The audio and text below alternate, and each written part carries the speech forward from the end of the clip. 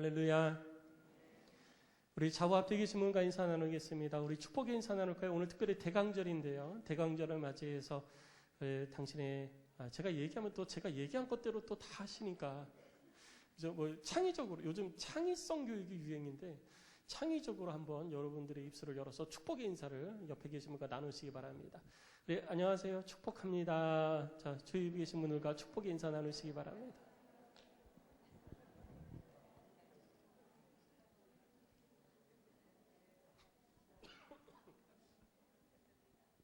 네.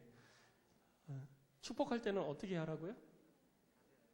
힘을 다해서 온갖 내가 쓸 수 있는 사람이 아무리 그 단어를 쓴다고 해도 하루에 100단어 이상 사용 안 한대요. 평생 가야 몇 단어 사용 안 해요. 우리가 사용하는 단어는 극히 제한적이에요. 그러니까 미사여구 많이 섣불려 하지 마시고 어차피 그 단어가 그 단어예요. 그러니까 할 수 있는 만큼 기억나는 대로 최대한 힘을 다해서 축복하시면 됩니다. 오늘부터 대강절인데요. 강단에도 대강절을 맞이해서 조금 변화를 주었습니다. 트리도 세우고 예수 그리스도 다시 오심을 기억하고 오심을 기억하고 다시 오심을 기다리고 소망하는 마음으로 성탄절을 준비하고 있습니다. 여러분 그 교회에 오가시면서 또 곳곳에 세워진 트리를 보시면서 늘 감사하시고 성탄의 기쁨을 나누시면서 여러분들의 삶 가운데 또 여러분들의 영혼 가운데 성탄의 은혜가 항상 가득하시기를 주의 이름으로 축원합니다. 지난주까지 우리가 산상수훈을 살펴봤고요. 이제 오늘서부터서는 산상수훈 이후에 되어진 일들에 대해서 살펴보도록 하겠습니다. 산상수훈과 산상수훈 다음의 일들이 이렇게 구분되어지거나 딱 떨어지는 건 아니에요. 내용이 마태복음 전체가 흐름을 가지고 쭉 이어져 가고 있는 내용입니다. 산상수훈을 통해서 예수님께서 강조하신 것은 뭐냐면 너 구원받은 하나님의 백성이잖아. 그러나 하나님의 백성답게 살아. 이거였어요. 구원받은 하나님의 백성이면 더 이상 이 땅에 소망이 있는 것이 아니라 하나님의 나라에 소망이 있는 자다.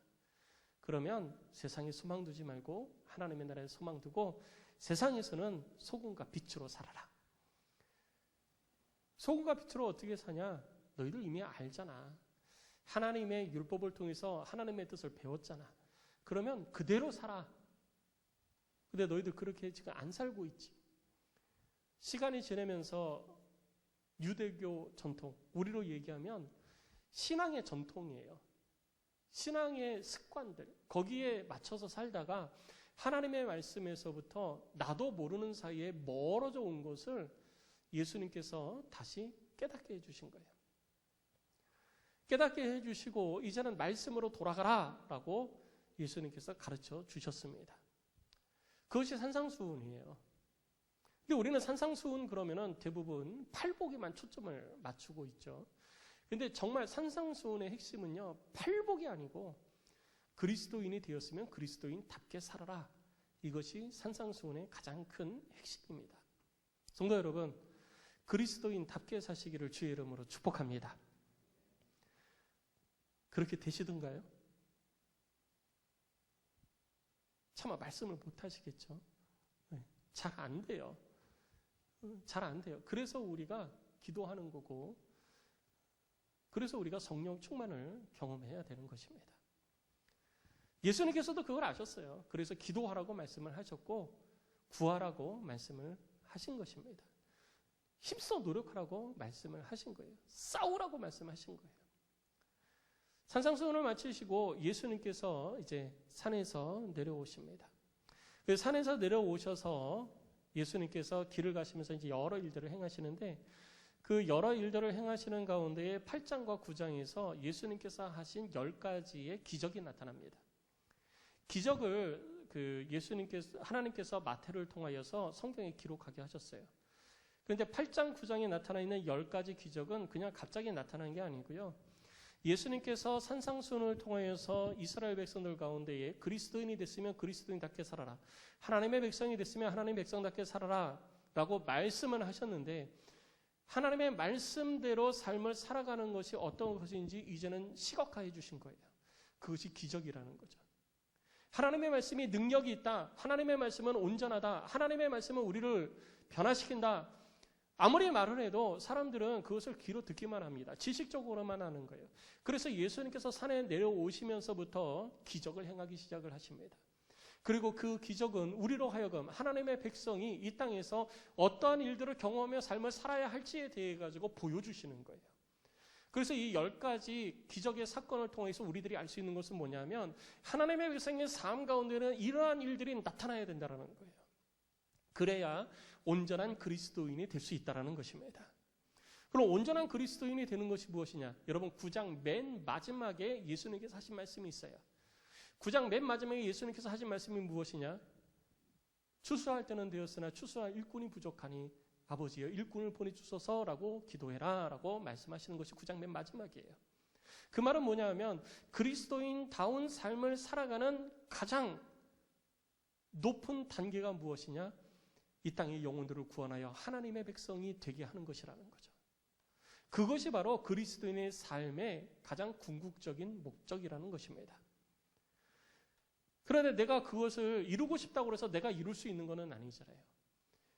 그러면은 그 단계, 그 하나님의 뜻을 이루어가는 단계에 이르기 위해서는 신앙도 단계를 거쳐야지 돼요. 한 단계, 한 단계, 한 단계 성숙의 단계를 거쳐야 됩니다. 그 성숙의 단계에 대해 가지고 예수님께서 기적을 통해서 우리 가운데 보여주셨다라는 거죠.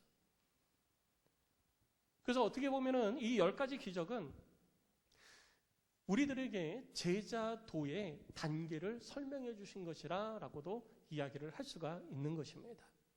그 10가지 기적 중에 오늘 저는 이 8장 1절로 4절의 내용에 기록되어져 있는 나병 환자를 깨끗하게 하신 이 사건을 통해 가지고 예수님께서 구원받은 하나님의 백성들, 곧 지금으로 얘기하면 예수 그리스도를 믿는 믿음으로 구원받아 그리스도인이 된 우리들이 이제는 하나님의 뜻이나 어떻게 삶을 살아야 하는지 하나님의 의와 그리고 이 땅의 우리들의 삶의 방향을 머리로는 알고 있는데 이것을 우리들의 삶 가운데 실제화시키기 위해서는 어떻게 해야 하는지 오늘 본문을 통해서 우리가 함께 살펴보고자 하는 것입니다.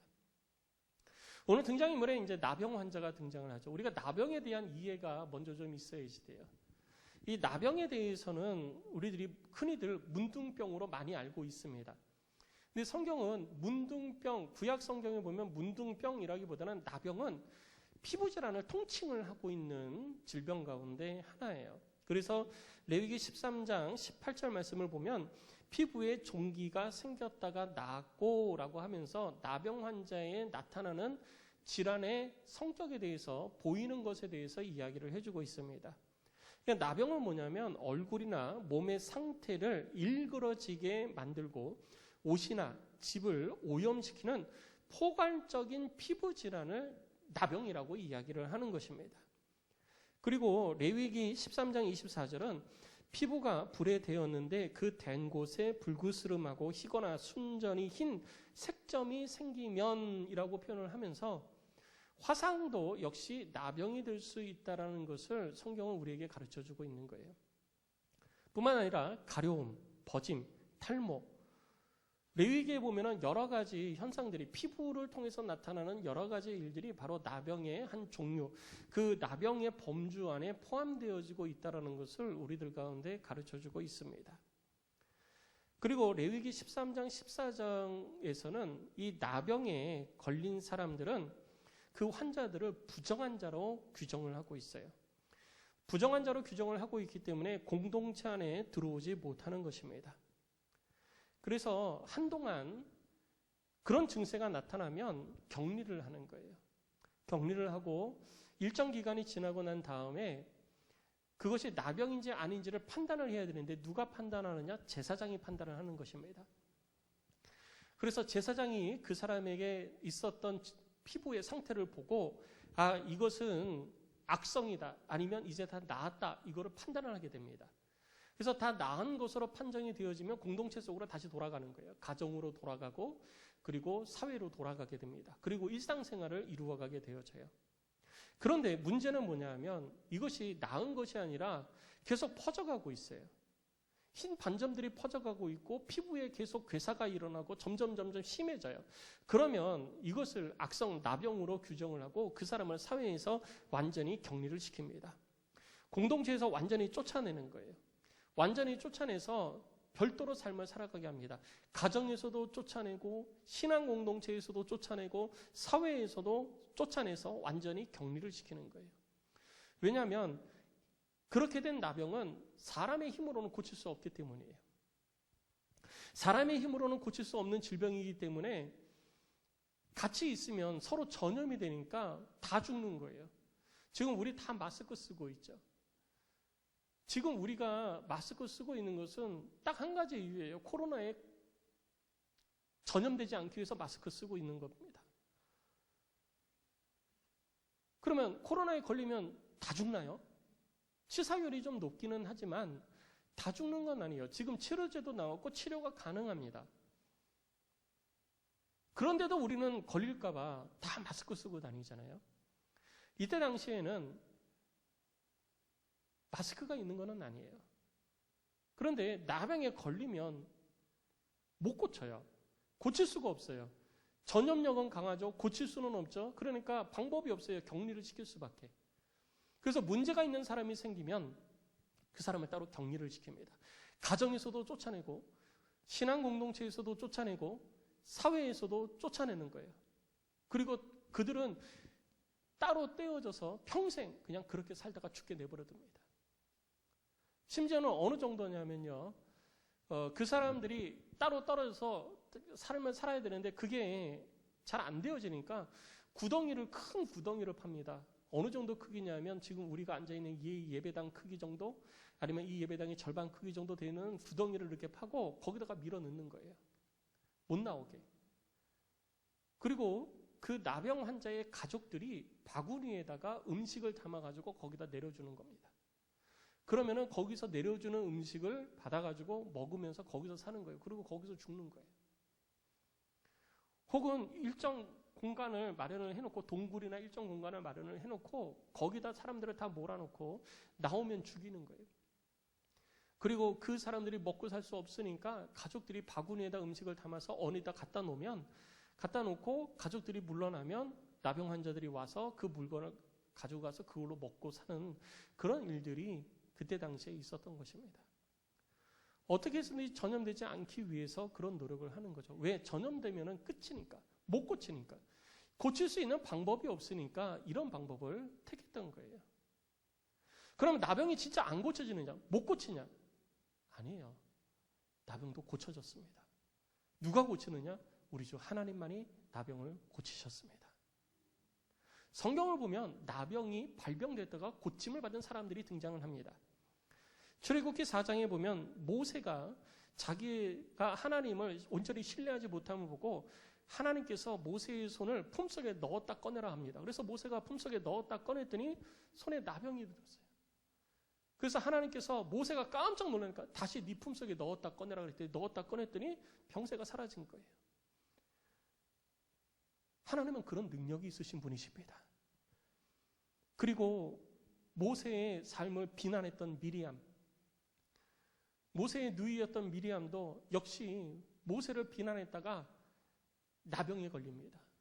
그런데 그 나병에 걸린 미리암을 위해서 모세가 중보기도 하고 그리고 회개하고 용서를 구함으로 하나님께서 그 미리암의 나병을 치료하여 주셨어요.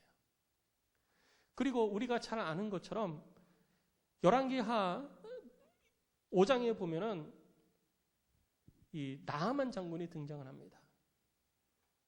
나하만 장군도 역시 나병에 걸려가지고 격리 생활을 해야 되는 그런 상황이었는데 하나님의 선지자를 찾아와서 하나님의 말씀대로 행하여서 나병에서 깨끗하게 치유를 받습니다. 이처럼 나병에 걸렸다가 치유를 받을 수 있는데 나병의 온전한 치유는 사람의 능력으로 되는 게 아니에요. 오직 하나님만이 하실 수 있었습니다. 그리고 하나님이 허락하지 않으면 하지 않으시면 치유가 안 되는 거예요.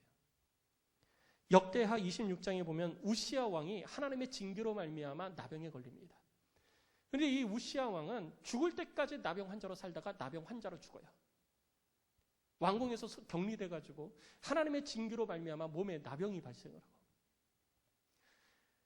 하나님이 그를 치료해 주시지 않아서 결국 나병 환자로 일생을 죽을 때까지 격리돼서 살다가 결국 나병 환자로 죽음을 맞이하게 되었던 것입니다. 나병은 오직 하나님만이 치료하실 수 있는 질병이었어요. 이거는 신약시대에 와서도 역시 마찬가지였습니다. 사람의 힘으로는 나병을 치료할 수가 없었어요. 그래서 그렇게 격리 생활들을 하고 있었던 것입니다. 여러분, 격리 생활만 하는 게 아니라 나병 환자가 가까이 오면은 나병 환자가 누군가가 자기 건강한 사람이 가까이 오면 손으로 입을 가리고 부정하다 부정하다 하고 외쳐야 됐어요. 사람들이 자기로 가까이 오지 못하게. 이거 얼마나 비참해요. 나 병 걸렸으니 나한테 가까이 오면 죽습니다. 가까이 오지 마세요 하고 소리치면서 돌아다닌다는 거예요. 얼마나 비참합니까? 병 걸린 것도 서러워 죽겠는데. 그렇잖아요, 여러분. 병 걸린 것도 아니 내가 잘못해서 걸린 거야? 아니잖아요. 근데 병 걸린 것도 마음이 속상하고 그런데 부정하다 부정하다 나는 부정한 사람입니다. 나한테 가까이 오지 마세요 라고 소리치면서 다녀야 돼요. 얼마나 비참해요. 그러니까 따로 가서 사는 거예요. 차라리 자기들도 따로 가서 사는 것이 더 낫다고 생각을 했을지도 모릅니다. 괜히 건강한 사람 옆에 가서 혹시나 건강한 사람한테 옮기면 돌에 맞아 죽어도 할 말이 없는 정도잖아요.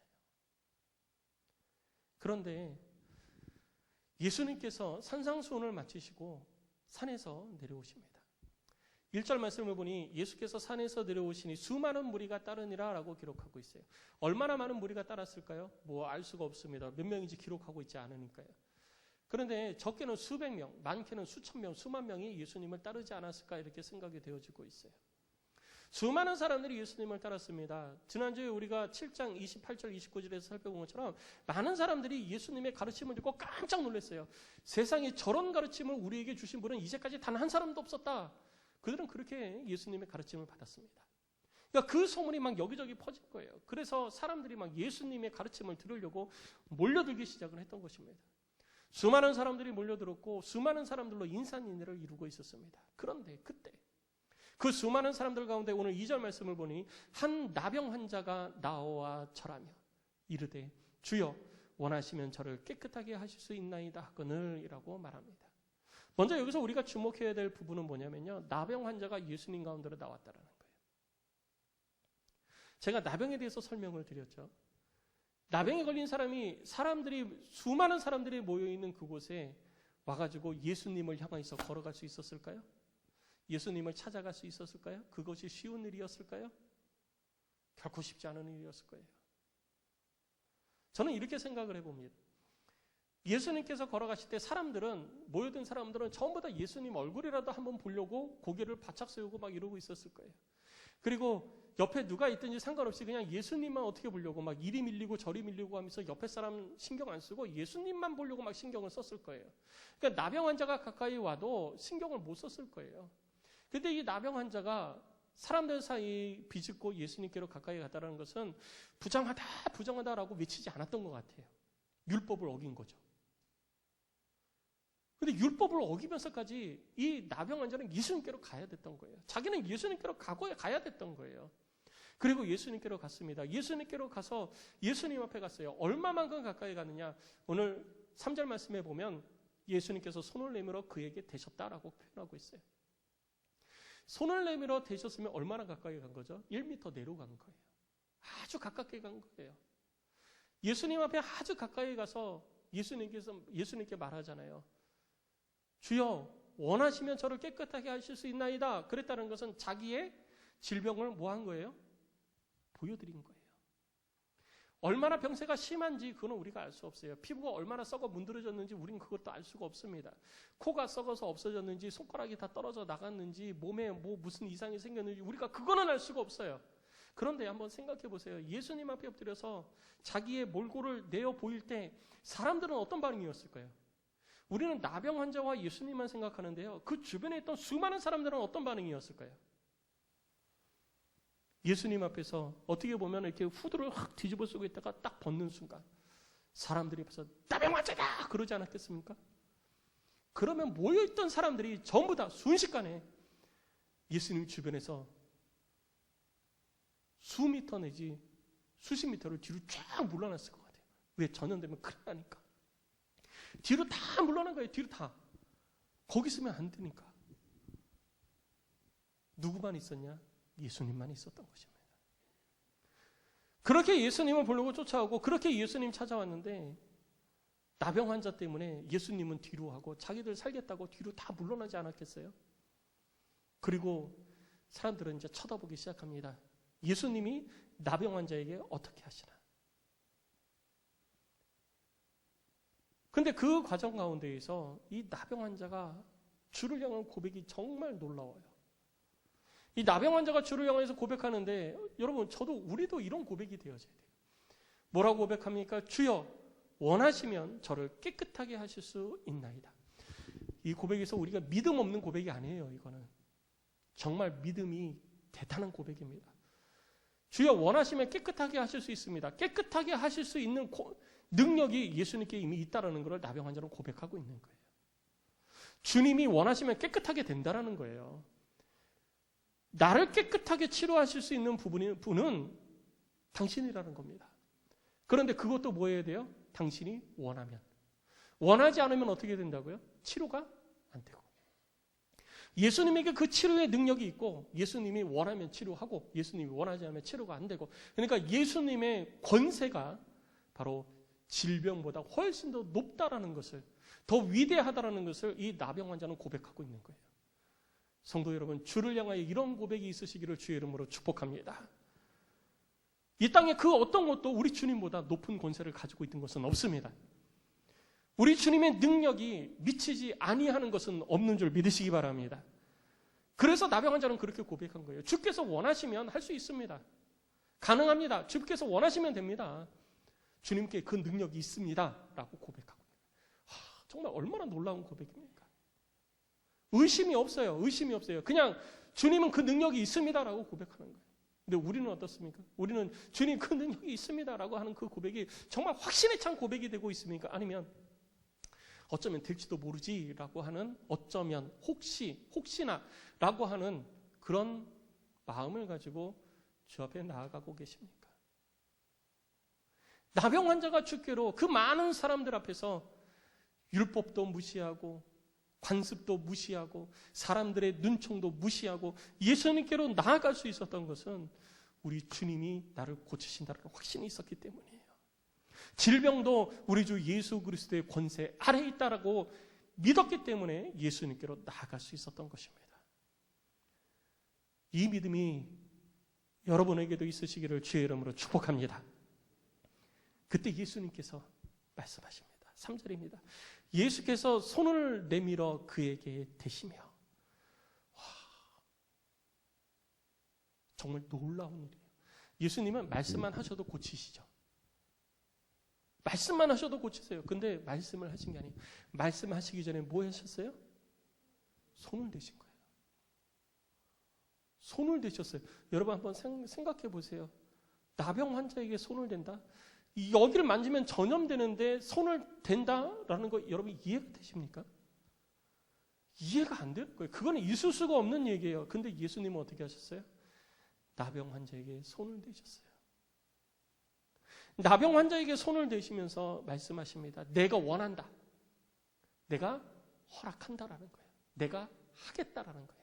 내가 하겠으니 깨끗함을 받으라. 예수께서 손을 대시고 그 말씀을 하시니까 즉시 그의 나병이 깨끗하여졌습니다. 할렐루야. 이 역사가 우리들 가운데 눈에 보여지고 있는 것입니다. 예수님은 자기의 권세 아래 질병이 있음을 사람들에게 보여주고 있는 거예요. 사람들은 대면은 전염될까 봐 무서워서 다 도망가죠. 근데 예수님은 어떻게 하셨어요? 손대셨어요. 부정한 것 우리 주께서 손대시면 정결하게 되는 것입니다. 사람들이 피하는 것, 우리 주님 예수 그리스도의 십자가 보혈이 그 가운데 흐를 때 그것은 거룩하게 바뀌는 것입니다. 이 땅 가운데 부정한 것, 이 땅 가운데에 억눌린 것, 이 땅 가운데에 연약한 것, 이러한 것들이 치유될 수 있는 것은 오직 예수 그리스도의 십자가의 능력인 것입니다. 우리 주님이 그것을 온전케 하시고 우리 주님이 그것을 치유하실 수 있는 분이십니다. 그분이 허락하시면 되는 것입니다. 그래서 나병 환자는 예수님께서 찾아온 거예요. 주님, 나를 고쳐주세요. 그때 예수님께서 고쳐주신 것입니다. 그리고 예수님이 4절에 말씀하십니다. 예수께서 이르시되 삼가 아무에게도 이르지 말고 다만 가서 제사장에게 네 몸을 보이고 모세가 명한 예물을 드려 그들에게 입증하라 하시니라. 사실 여러분, 나병 환자의 가장 큰 문제는 뭐였어요?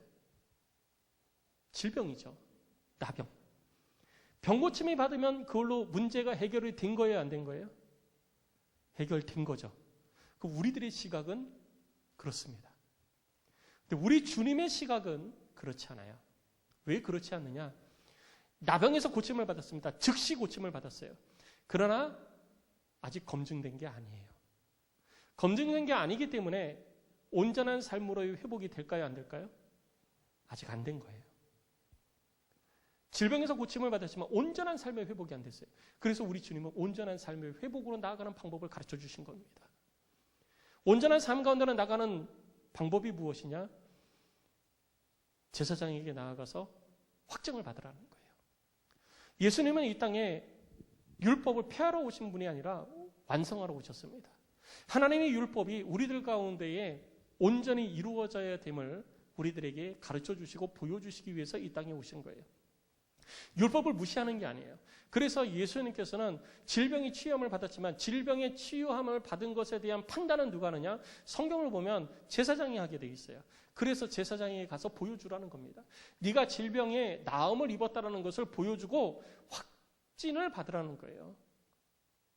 치료되었다는 확증을, 증거를 받으라는 거예요. 그리고 나서 모세를 통해서 명한 합당한 예물, 정결 예식을 거쳐서 공동체 가운데로 돌아가라는 거예요.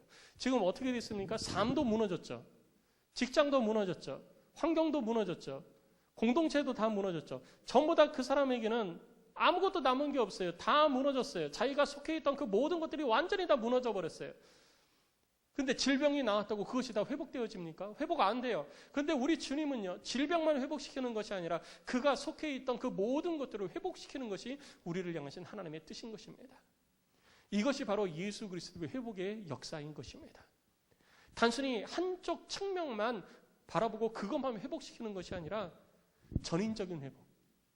그가 가지고 있었던 그 모든 환경, 모든 가정, 모든 삶, 그 모든 것들이 다 온전히 회복되어질 때 그때 비로소 그는 회복의 역사가 그의 삶 가운데 나타나게 되는 것입니다. 그래서 우리 주님이 그렇게 회복하라고 말씀해 주신 거예요. 그런데 주의점이 하나 있죠. 그게 뭐냐 하면 삼가 아무에게도 이르지 말라는 거예요. 왜 이르지 말라고 그랬느냐? 예수님께서 이 땅에 오셔서 기적을 행하시는 이유는요, 하나님의 십자가, 하나님의 천국 복음을 선포하고 그들로 하여금 천국 백성이 되게 하기 위해서 이 땅에 오신 거예요. 그런데 사람들은 눈에 보이는 것에 더 빠릅니다. 천국에 관심이 있는 게 아니라 마치 나병 환자가 나음을 얻고 그냥 나음 얻은 것에서 기뻐하는 것처럼 삶의 모든 것들이 회복되어지는 과정 가운데로 들어가는 것이 아니라 그냥 내가 나음을 얻은 것에 기뻐해가지고 만족해하면서 삶의 무너진 부분에 대해서는 관심이 없는 그런 현상적인 신앙을 가질까 봐 예수님께서 그것을 주의해 주신 거예요. 그래서 사람들한테 말하지 말라는 거예요. 천국 복음을 통하여서 하나님의 나라가 임하면 모든 질병에서 치유받는 그 놀라운 역사를 경험하는 것이 아니라 그냥 질병 치유에만 관심이 있는 사람들, 하나님의 나라는 관심이 없는 사람들, 이 사람에게는 순서가 잘못됐기 때문에, 그래서 예수님께서 그 단계를 다시 한번 재설정해 주시기 위하여서 다른 사람에게 말하지 말고 일단 먼저 제사장에 가서 확실하게 네가 나음을 입었다라는 증거를 얻어라 라고 말씀을 하셨던 것입니다. 성도 여러분, 우리들의 삶에 보면 어쩌면 이 나병 환자와 같은 모습들이 많지 않나 생각을 해봅니다. 나병 환자도 유대인이에요.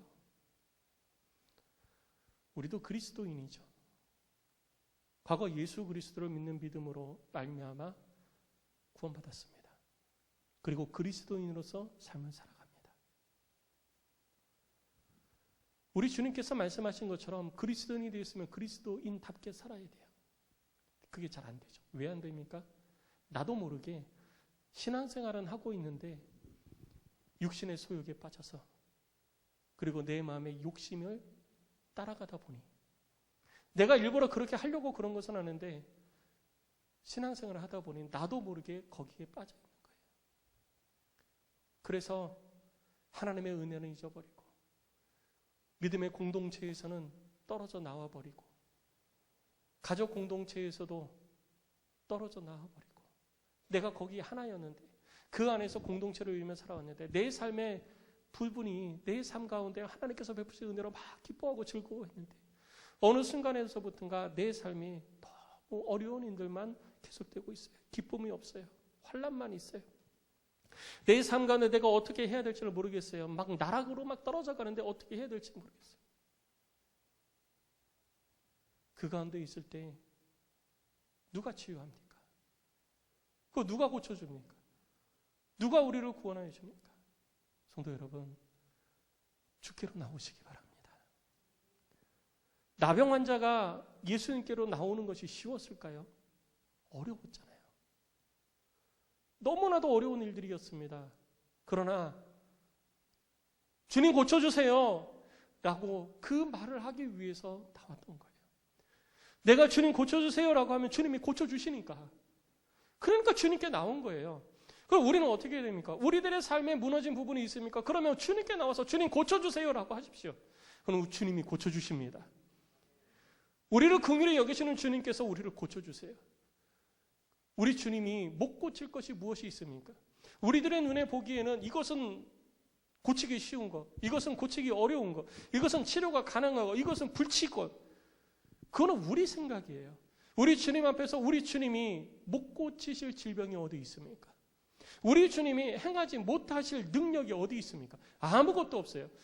구원받은 그리스도인이 되었음에도 불구하고 세상 가운데 빠져가지고 허우적거리고 있으면 우리는 그리스도인답게 살 수가 없는 거예요. 그러니까 우리가 그리스도인답게 살기 위해서는 주께로 나와야 되는 것입니다. 그리고 주님 고쳐주세요라고 얘기를 해야지 돼요. 우리 주님께 고쳐주세요라고 고백을 해야 되는 것입니다. 그래야 우리 주님이 고쳐주십니다. 여러분 삶에 뭐가 문제입니까? 질병이 문제입니까? 육신의 질고가 문제예요? 여러분들의 삶의 경제적인 것이 문제입니까? 여러분들의 삶의 인간관계가 문제입니까? 뭐가 문제예요? 뭐가 문제라서 그렇게 고통 속에 있고 뭐가 문제라서 그렇게 마음에 큰 고통을 안고 살아가십니까? 그것이 내 속에 있으니까, 내게 붙잡혀 있으니까 내게 고통이 되는 거예요. 여러분 주께로 나오십시오. 그리고 주께 말씀하십시오. 주님,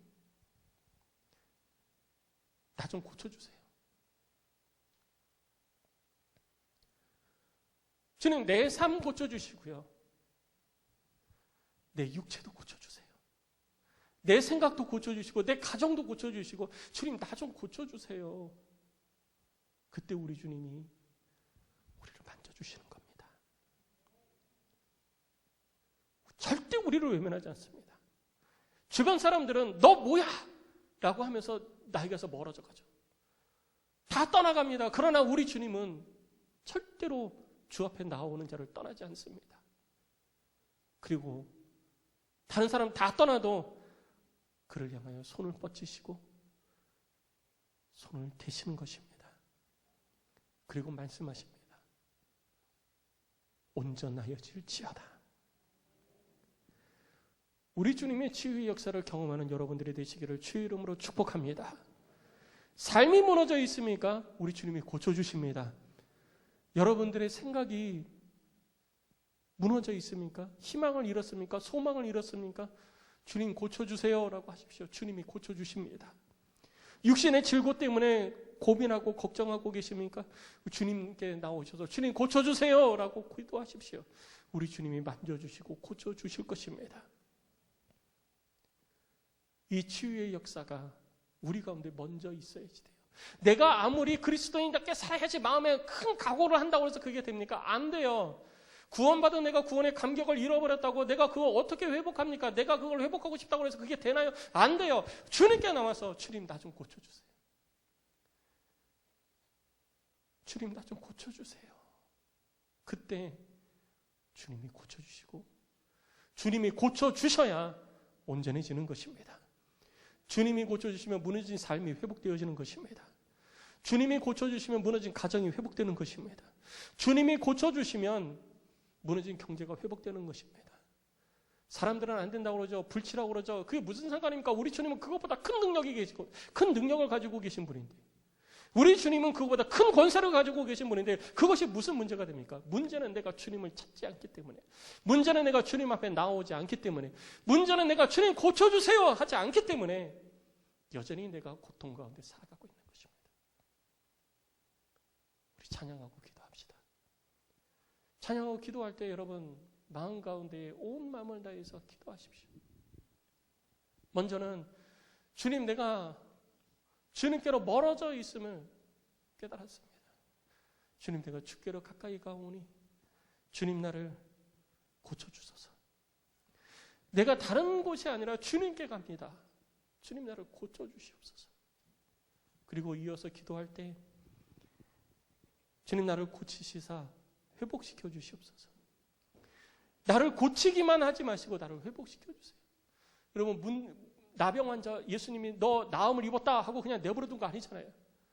그가 속해 있던 공동체 그의 삶을 회복시켜 주시는 예수 그리스도의 능력을 보십시오.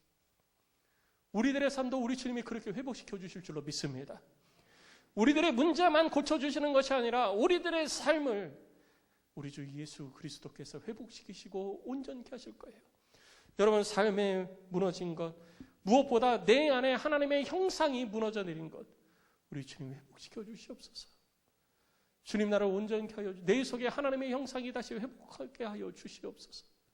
기도하시고 그리고 내 삶을 그리고 내 육체를 내 가정을 주님 회복시켜 주세요. 우리 함께 찬양하고 기도합니다. 주님이 우리를 고치십니다. 주님이 우리를 고치시니 우리 주님을 바라보며 우리 찬양하고 나아갑시다.